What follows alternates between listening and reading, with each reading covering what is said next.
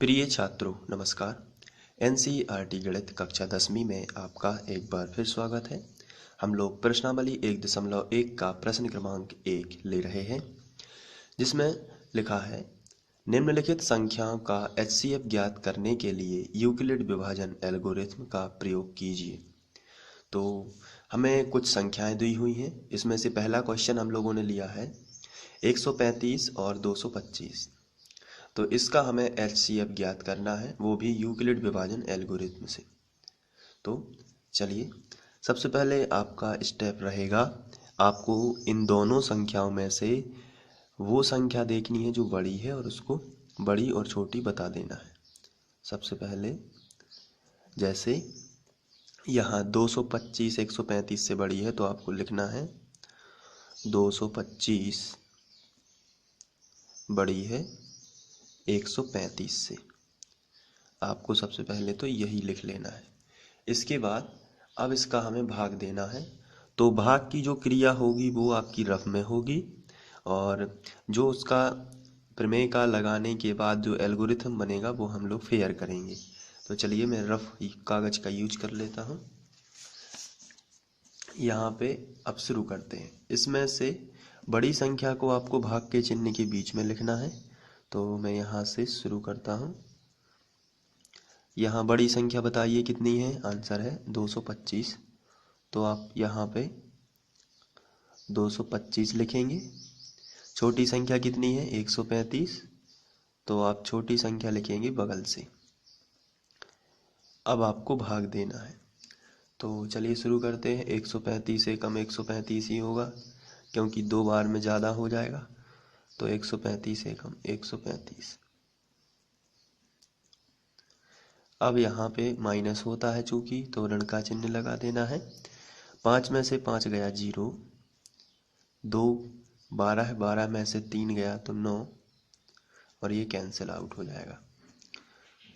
तो यहाँ पे अब बचा है हमारे पास 90। तो इसमें हम जो शेषफल जैसे ही आपका आ जाता है, तो फिर आप यूक्लिड विभाजन प्रमेय का लगाएंगे और इसको फेयर में लिख लेंगे। चलिए, तो पहला चरण जो है उसको हम पहला डाल के अब हम लिखेंगे। बीच वाली संख्या कितनी है? 225। तो आप लिखेंगे जो 225 है वो किसके बराबर है? तो आंसर जो 225 है वो 135 गुणित 1, पहली संख्या और आखिरी संख्या का कर देना है आपको गुणा। फिर से समझिए, बीच वाली संख्या आपको साइड में लिखना है, उसके बाद बराबर का चिन्ह लगा देना है, फिर 135 और लास्ट वाली संख्या जो भागफल है, यानी कि भाजक और भागफल का गुणा करना है। तो 135 गुणित 1, और जो 90 बचा है जो शेषफल आता है वो प्लस में लिखना है। और चूंकि शेषफल 90 है, तो हमें यहाँ लिखना है कि शेषफल जो है वो 90 है, 0 नहीं है। तो आपको लिखना पड़ेगा जहाँ और शेषफल बराबर नहीं है 0। शेषफल बराबर नहीं है 0। तो ये आपका पहला चरण बना। तो इसे प्रमेयिका बोलते हैं, लेकिन चरणों की श्रृंखला को एल्गोरिथ्म बोलते हैं, इसलिए क्वेश्चन में लिखा था एल्गोरिथ्म का प्रयोग कीजिए। अब ये पहला, अब इसके बाद इस भाग की क्रिया को आगे बढ़ाते हैं। जो शेषफल आता है उसको हम फिर से क्या बना लेंगे? भाजक। और जो पूर्व भाजक था, पूर्व भाजक कितना था? 135, उसको बनाएंगे क्या? भाज्य। तो उसको भाग के चिन्ह के बीच में लिख लेंगे।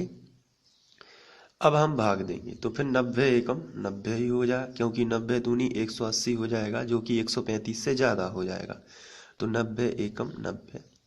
तो फिर इसमें से घटाएंगे तो 5, और यहाँ पे आ जाएगा 4। तो ये आपका बचेगा 45। जब 45 आ जाएगा तो फिर आपको क्या करना है?